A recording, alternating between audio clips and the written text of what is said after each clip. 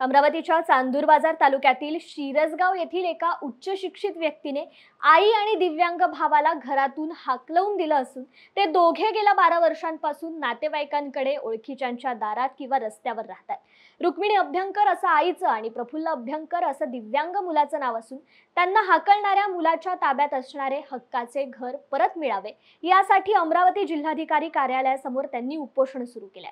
या संदर्भात 67 वर्षीय महिलेने जिल्हाधिकाऱ्यांकडे तक्रार करून न्याय मागितला होता, मात्र त्याची दखल न घेतल्याने येत्या 5 दिवसात मला न्याय मिळाला नाही तर मी आणि माझा मुलगा उपोषणाच्या ठिकाणी आत्मदहन करू असा इशारा त्यांनी यावेळी प्रशासनाला दिला। माझं नाव रुक्मिणी रामदास अभ्यंकर। मला 12 वर्षापासून घरातून हाकलून दिलं माझ्या मुलानं।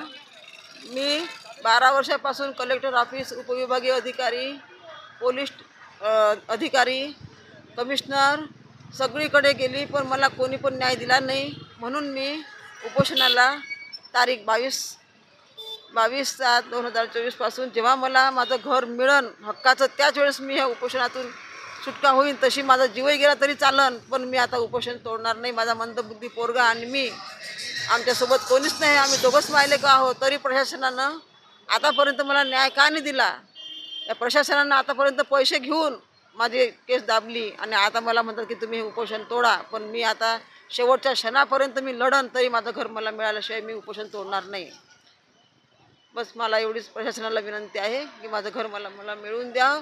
माझा मंदबुद्धी पोरगा 39 वर्षाचा आहे, त्याला घेऊन मी उपोषणाला बसले आहे आणि माझी परिस्थिती खूप खराब आहे। मला कोणीच विचारत नाही। माझ्या मुलांना साऱ्या नातेवाईकाला सांगून ठेवलं, हिला कोणी साथ देऊ नका, हिच्याजवळ जाऊ नका, हिच्याशी बोलू नका।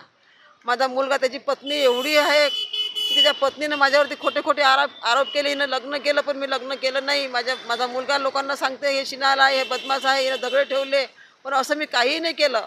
पण आज माझ्यावरती दया करा आणि मला माझं घर मिळवून द्या, एवढी विनंती मी प्रशासनाला करते।